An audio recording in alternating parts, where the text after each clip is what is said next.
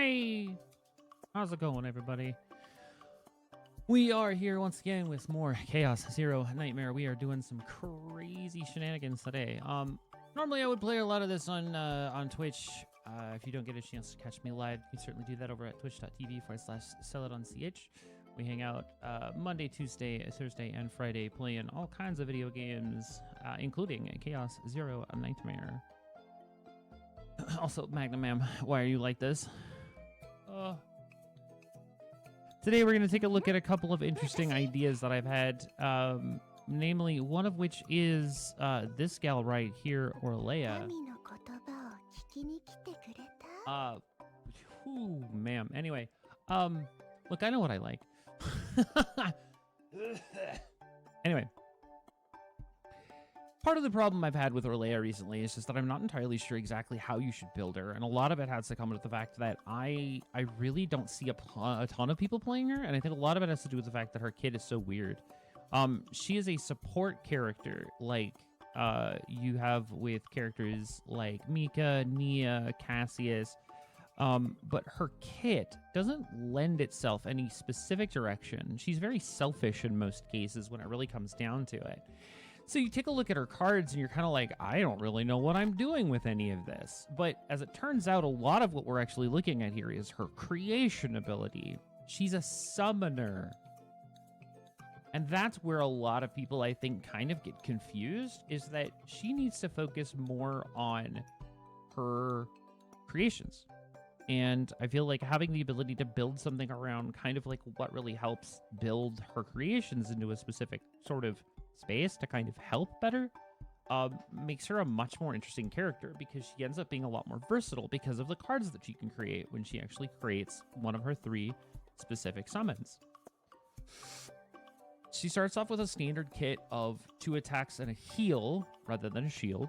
Like, she's not a defender, she is in fact meant to be a support healer, so she has at least this piece to kind of start her whole kit off. Her first card is Sacred Censor. It creates 2 creation cards. Her creations are Softy, Swifty, and Sturdy. They're all good goopy boys. But it's been interesting to sort of see how things go off with her, because obviously she is meant to do what she can to try to get as many of these lucky guys out onto the field and doing stuff. Softy basically says that he increases the amount of damage for everybody by 10% for a turn, and if you retain him, which means hold on to him for a turn, you increase the damage amount of the next attack card used by an additional 5%. So the next attack card used is raised by 5, and then all damage is dealt by 10 for the entire turn. So, and of course, you know, she actually, if you notice, there's a star by his name. All 3 of them have that.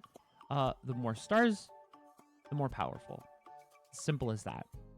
So, Softy is a damage buff, Swifty is an attack, and Sturdy is a shield, and can also heal based on retain.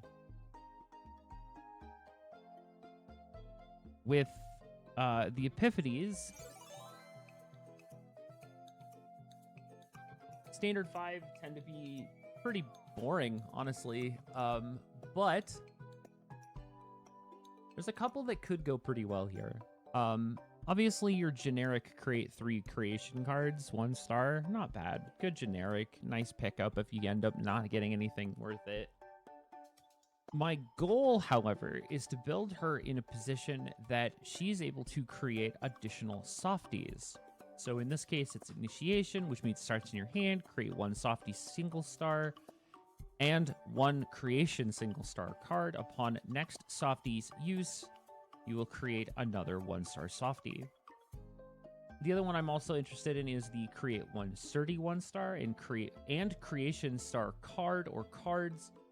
150% shield to the next sturdy used.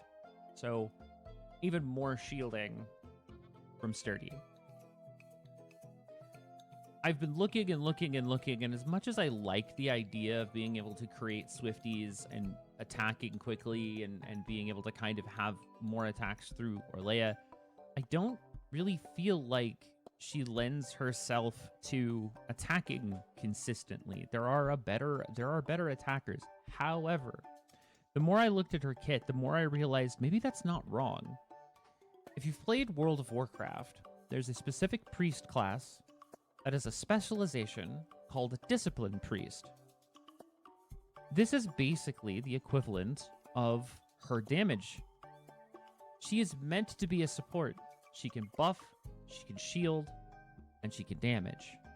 She is the epitome of Discipline Priest, and it's very interesting to see that in her kit. Once you kind of get a little bit further, you understand just what I'm talking about. Her next card is Growth Acceleration. This does a small percentage heal and selects one of her own cards and automatically triggers the Retain effect 2 times. This is where it gets interesting.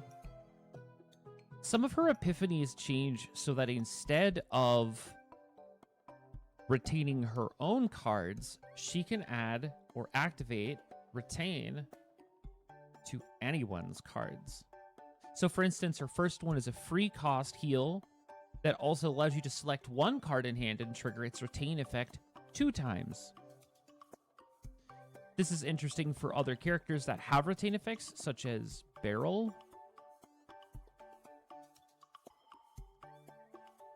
The other ones that I'm kind of looking at, I mean, she has interesting concepts because each of her back 3 tend to affect specifically her summons. So the first one is a softie. Select one of own cards, trigger Retain twice. If the card is a softie, you add 2 vulnerable to all enemies. If it's a swiftie, your trigger Retain 3 times. If it's a sturdy, you decrease stress of an ally by 5. So, again, it lends herself to that credence of the Discipline Priest, where she's focusing not just on herself, but on the group as a whole. So the deck itself can kind of flesh out in a way that makes a lot of sense. Annoying is her 0-cost secondary attack that just straight up is 40% damage equal to the number of cards in hand. So yeah, that can get a little out of hand. So here's where it also gets really interesting. She has a epiphany that allows you to add 1. It does 100% damage and then adds an additional 100% damage for each creation card in hand. So that's just, again, there's 2 ways to sort of play this. You can play it as she's buffing just herself, or you can play it as she's buffing everybody. So, for instance, the first one is if there's 6 or more cards in hand, you heal 156%, which could be really good if you've got a lot of creations at hand. You have the middle one, which is expensive by going all the way up to 3 AP, but it gains Retain. It does 450% fixed damage. And if you retain it, it reduces its cost by 1. So if you hold on to it for a couple of turns, you can turn it into a free attack for 450% fixed damage, which is not terrible. The fourth one is 60% fixed damage 3 times to random enemies, and then creates a random creation 1-star for each target hit. And the final is a 1 cost with Retain, 104% damage. If it's in hand and you've created creations while it was in hand, it gains an additional 100% attack until it's used. Or, well, damage, sorry. But still. So that makes it a 204% damage attack that you hold on to if you create a creation, then you just smack them for a little bit more. So this one's a little bit different. I'm kind of keen on all of these. I think like they all have their places.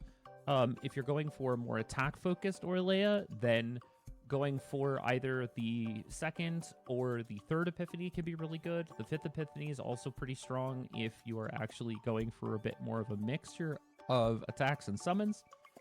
The first one is really good for healing, and the fourth one is really good for just straight up summoning. So I kind of like all of these epiphanies. I don't feel like any of them are really bad. They all have their use. They all work in their own sort of space, and you can use other cards of hers to reduce the amount of retain on the middle one just instantly. So like all of these have their place in the deck. It's not a terrible card. You can definitely use it.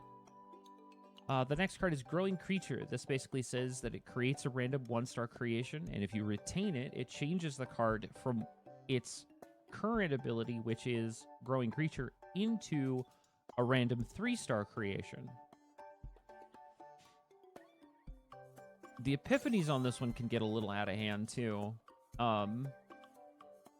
You have the ability to... Basically, your front 2 are your sort of more generic ones, and the last 3 are based around focusing on either Softy, Swifty, or Sturdy. If you change it into the Softy card, it'll add 2 vulnerable to all enemies when it retains. The Swifty will automatically activate Retain 2 more times. And the Sturdy will automatically add 3 Weakened to all enemies. So, the other 2 are either create one, both 1 stars, or create 1, retain, change this card to a creation 2, and create 1 star for each. So, this one's weird because I'm not entirely sure how this card is actually supposed to function.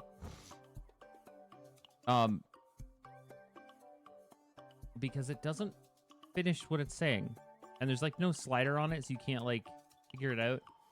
The way I believe this works out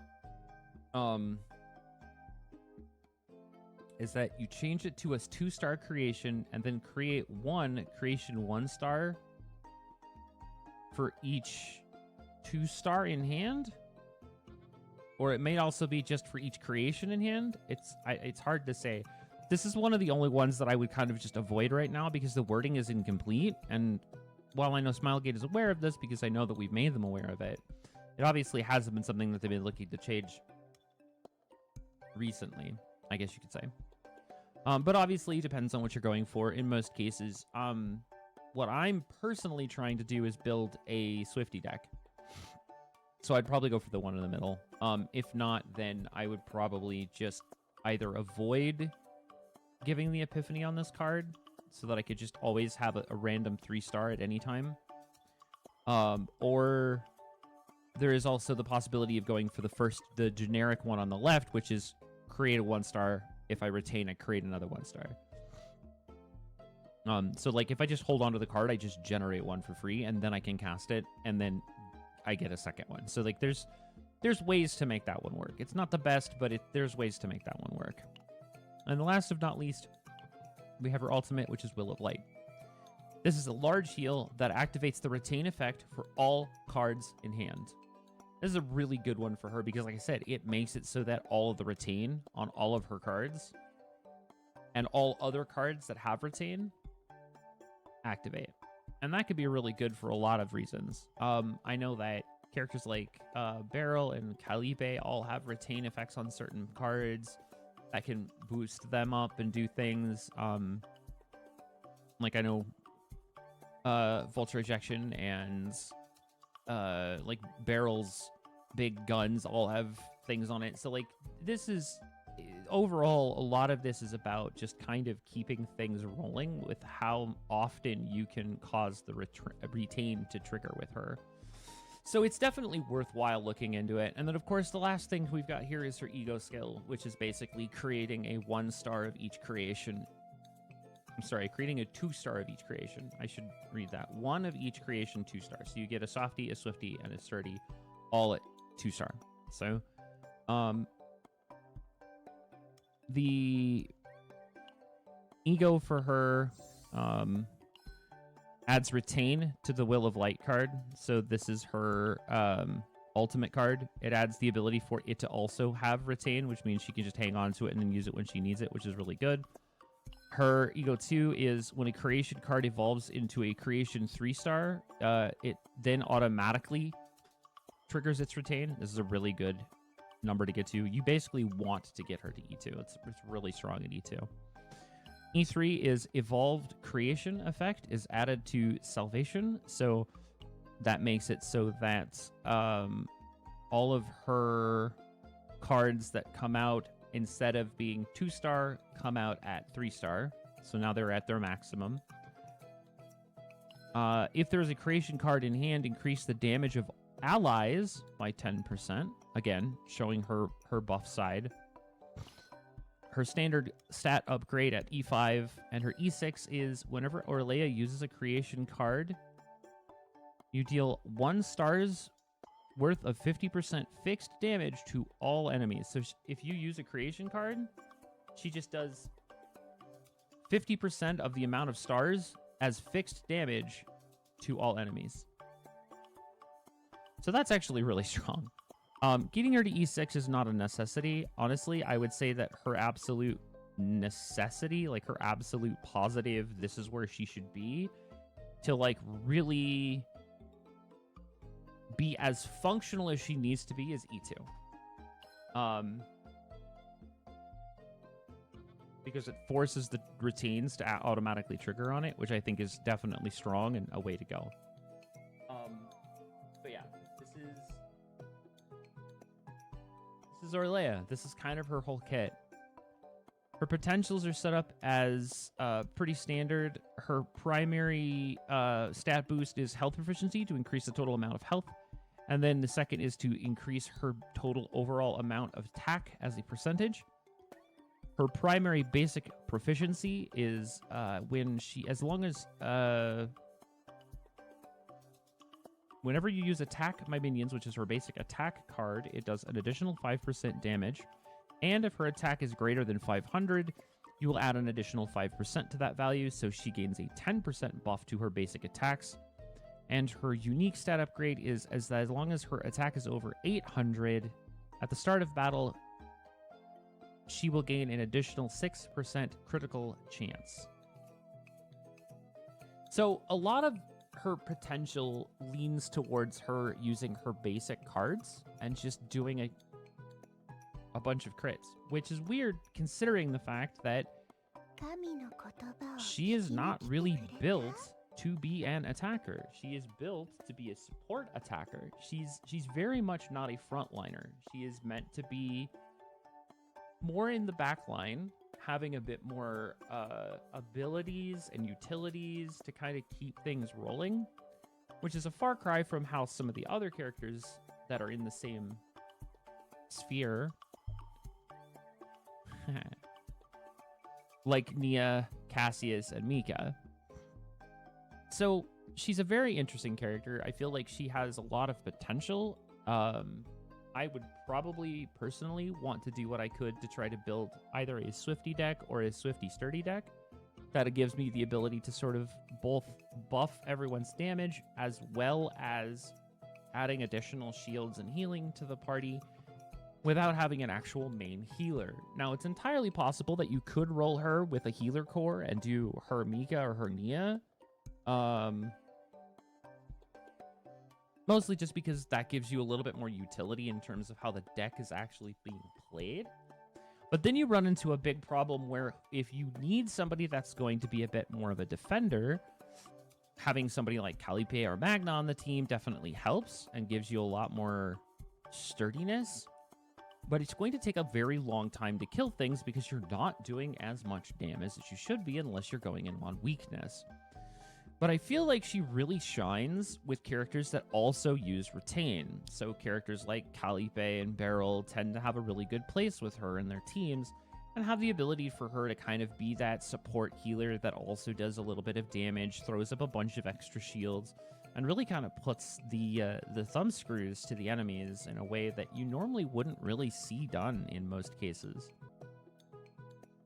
So the other thing that I really want to touch on really quick is memory fragments. Obviously, people have been very up in arms about the fact that these things kind of suck and that we're stuck on a 2-2-2 for like every single character. The only character I think right now that's actually seen really good play in terms of using a 4-set is Serenial. But even then, a lot of people are kind of like fighting back and forth as to not whether or not the 4-set for her is actually worth it.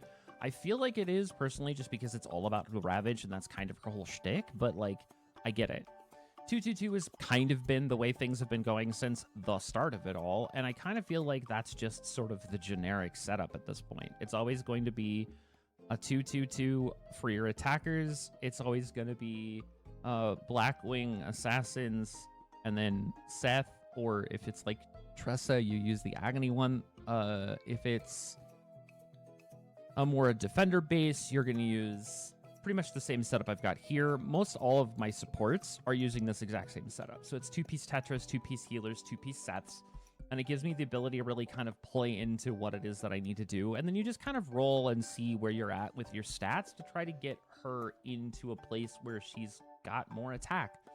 Because that's how you activate her potentials. So getting a chance to kind of get her where she's at, that she can be a good support like that, is going to be something that I would recommend just keeping an eye out on. As of right now, I'm using Tetris Healer Seth because that's just... it's generic, it's basic, it's good for supporting, and like I feel like this is the where it needs to be. For partners, this can get a little dicey, obviously, because not everyone's going to have a 5-star for her. Not everyone has any 5 stars, let's be honest. Most people aren't rolling for the partners on the 5-star banners. They're pretty much just picking up what they can, either using what they get from the battle pass and using one of the demons, or they're using a 3 and or a 4-star. Our basic selection for what we have here are before you see it across the top of my screen.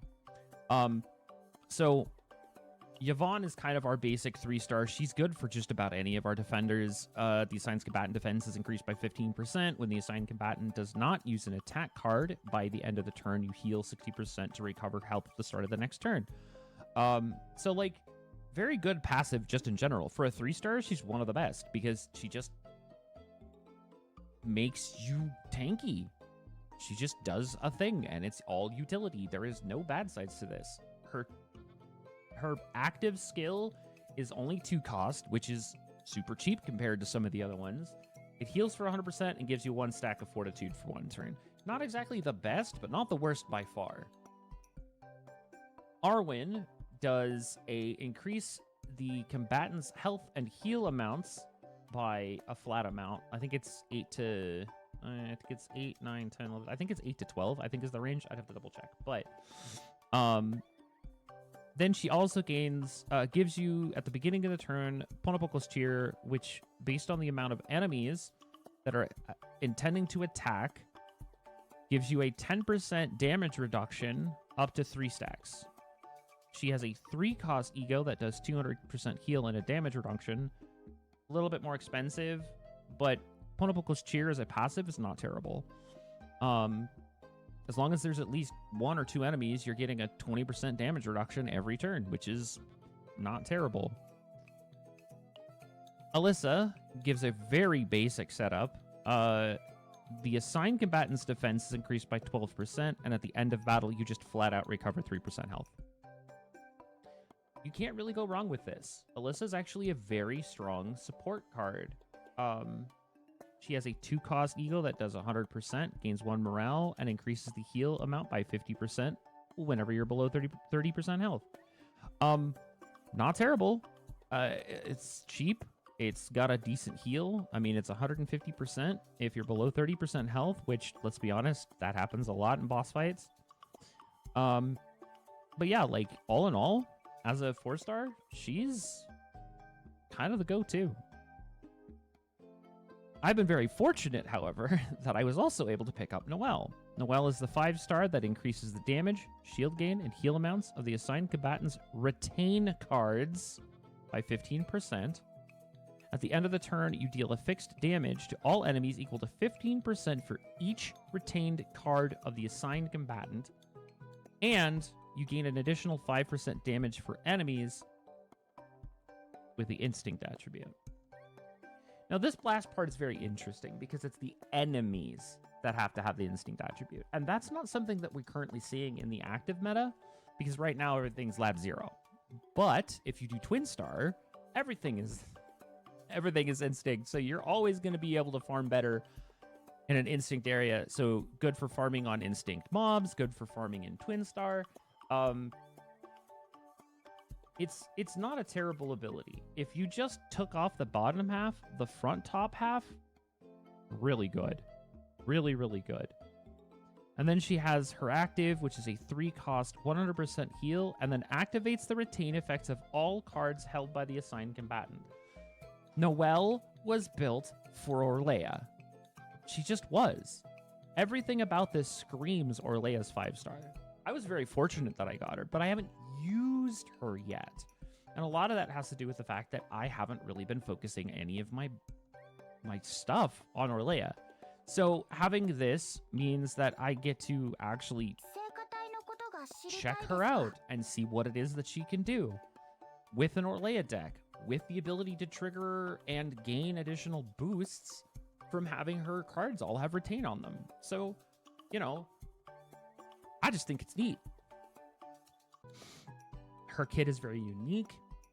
She's very much a summoner character, which is not something that anybody else really does. So it's very interesting to see kind of how she works and where she works within it. And I feel like if you kind of lean heavier on the summons versus just having her be a straight up attacker by using attack my minions, and just kind of focusing with Softy, Swifty, and Sturdy to kind of do everything for her, she ends up being a much more interesting character overall, and gives a much greater sort of push to what it is that we never really see in any of the other characters. So if you're thinking about running her, I suggest trying to build a summon deck that has good backline support and provides decent shielding and healing across the board. If you feel like she's not doing enough, you can always supplement with either Nia or Mika. If you feel like you really want to output, you could run Chizuru or Serenial in the package and really have a solid character that's going to give you enough boost to sort of offset not having all of the stuff that you would have in, say, a meta for each of those specific characters. She's a good character that I just feel like it's underused because a lot of people don't really understand her potential. So give her a try. If you like what she does, or if you make something that makes it like very interesting, let me know down in the comments below. I'd love to see your guys' take on what you think about Orlea, and if you gotten a chance to actually do anything interesting with her. Anyway, I'll see you guys next time. Have a great day. Bye-bye!